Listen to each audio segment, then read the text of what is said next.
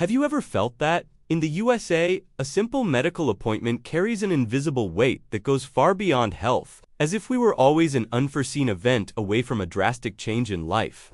Today, we will mentally travel to Switzerland to understand how they turned this same fear into a silent predictability, revealing what happens to the mind of a society when the hospital bill ceases to be a threat to the family's future. Stay with me until the end, as we will explore a rarely discussed perspective that will change the way you view your own financial freedom and security. To start this conversation, I invite you to look at your morning routine. That moment when you drink your coffee, plan the bills for the month, and check the agenda. In the United States, there is an invisible element sitting at the table with every family: welfare, volatility. When we talk about security, we usually think of bars on windows or police on the streets, but the security that really sustains the psychology of a human being is predictability. It's knowing that if the wheels of life lock up for a moment, a trip on the sidewalk, a persistent pain in your back, or an unexpected diagnosis, the structure you've built with years of work won't crumble like a house of cards. Analytically, what we are experiencing today is a confusion between the cost of living, which involves rent, food, and transportation, and the cost of being alive. In Switzerland, the health system is treated as a public utility, as naturally as electricity or water that reaches the taps. You know exactly how much you will pay, you understand that support is there for those who need it, and, above all, you are sure that the annual spending ceiling is real and insurmountable. In the United States, everyday experience is often marked by what if. What if my plan doesn't cover this specific specialist? What if the bill that arrives in the mail 3 months from now is larger than my entire emergency reserve, saved with so much effort? This constant doubt is not just a matter of numbers in a spreadsheet, it is a silent, emotional erosive. It creates a society that is always operating in a latent survival mode, even when things seem to be right on the surface. This is what we can call financial hypervigilance.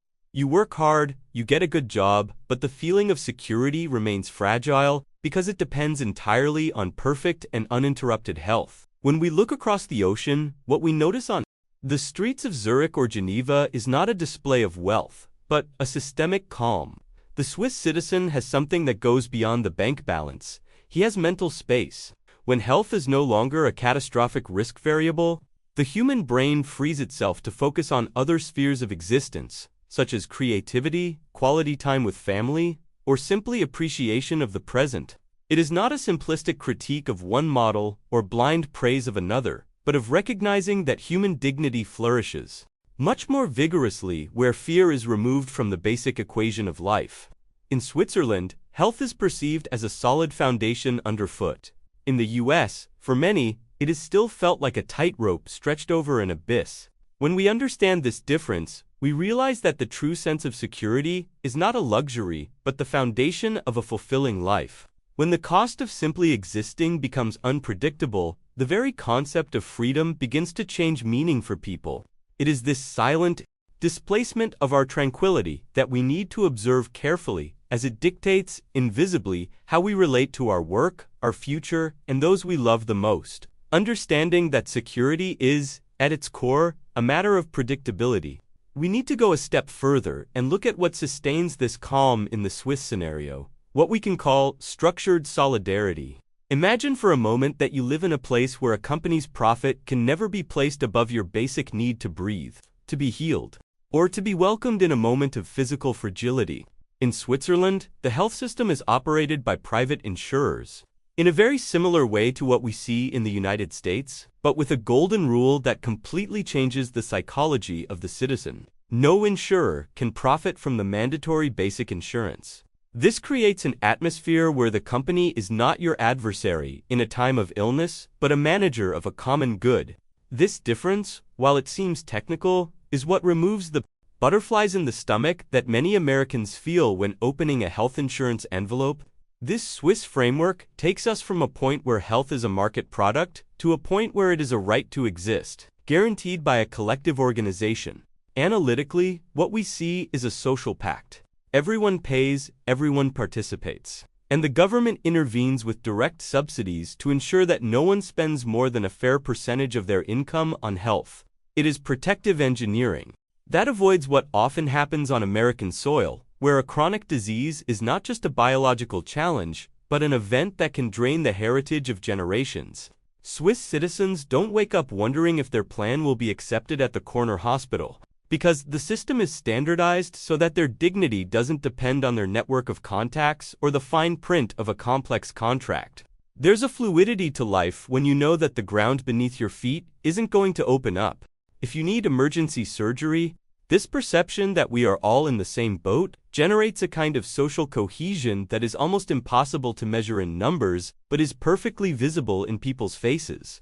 It is the difference between living in a constant competition for survival and living in a community that has decided, by consensus, that no one should be driven to bankruptcy by getting sick.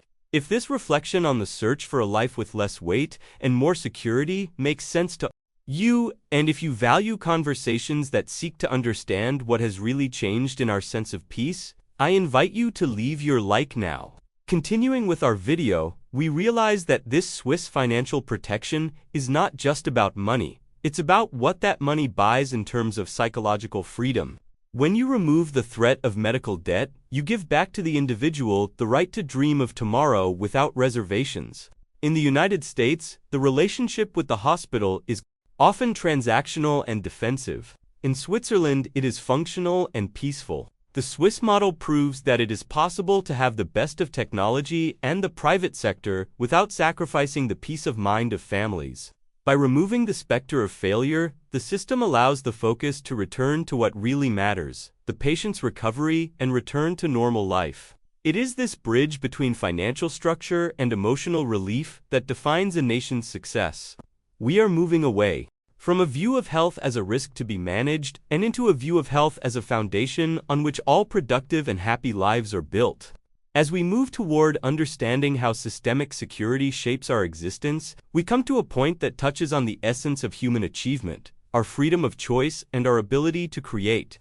Often, when we think of a robust healthcare system like Switzerland's, we focus only on the hospital or pharmacy, but the real, most profound impact happens outside of these places, in the job market and inside our homes. There is a silent phenomenon in the United States that many of us live through without even naming it, which is the benefit anchor. How many brilliant minds, how many potential entrepreneurs, and how many talented artists are right now stuck in positions that don't challenge them or in companies where they aren't happy, simply because they can't afford to lose their family health insurance? In my analytical perception, this is one of the most subtle forms of limitation of individual freedom. In Switzerland, as health insurance is unlinked from the employer, an individual responsibility guaranteed by a national structure, the person owns his or her own protection. If a Swiss citizen decides to quit his job today to open a small bakery, to devote himself to painting, or to take care of a family member, his health coverage accompanies him without wavering. There is not that chasm of uncertainty that Americans face when considering a career transition. This creates a dynamic of social and professional mobility that is fascinating to observe. Security does not generate accommodation. On the contrary, it generates audacity. When you know that your safety net is solid and independent of your badge, you feel much more encouraged to take risks, innovate, and pursue a life that has more personal meaning. My view on this is that the true productivity of a nation comes not from the pressure of fear, but from the freedom of security. The American model, by linking something as vital as biological survival to the employment relationship, ends up creating a relationship of dependence that can often drain the vitality and creativity of the worker. It's a constant pressure that whispers in the back of the mind, "I can't leave, I can't change. I need this cover."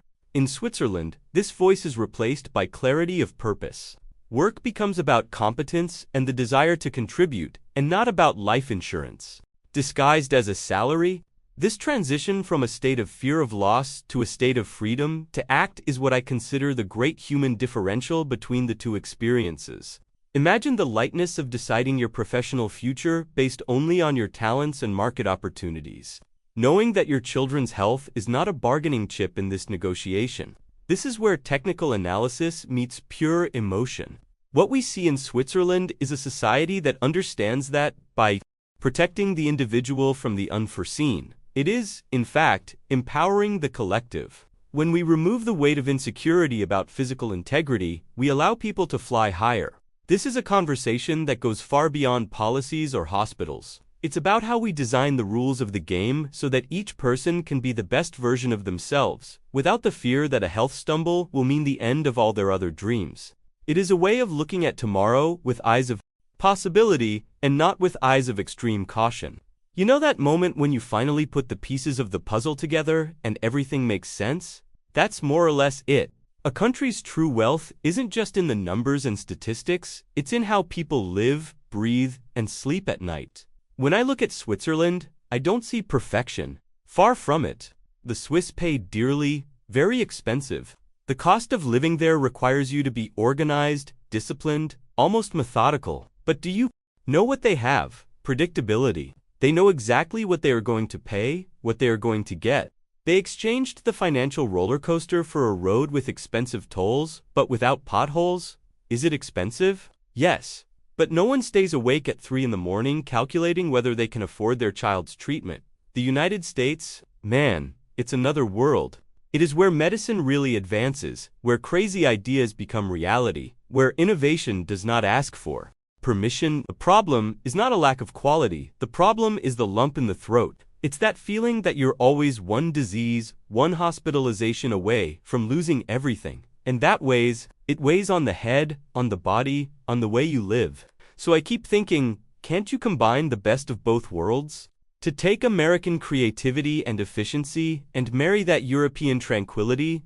Imagine what we could create if we didn't spend half of our energy just trying to protect ourselves from the worst sieve. Instead of living on the defensive, we could actually build something. Because at the end of the day, dignity is not politicians' talk or seminar PowerPoint. It's being able to live without that constant weight on your chest. It is being able to dream without having to calculate the risk of existing. Each country has its history, its values, its choices. There is no magic formula. But one thing I learned, peace of mind is a real luxury. And a society only goes far when people don't have to spend all their energy just to survive. What about you? How do you deal with that in your day-to-day life? That tightrope between wanting security and not giving up freedom? Tell me, really. I want to know how you see this whole story. In the end, I think the future belongs to those who can build trust. Not the confidence of speech, but the one you feel, the one that lets you sleep peacefully and wake up ready to make it happen.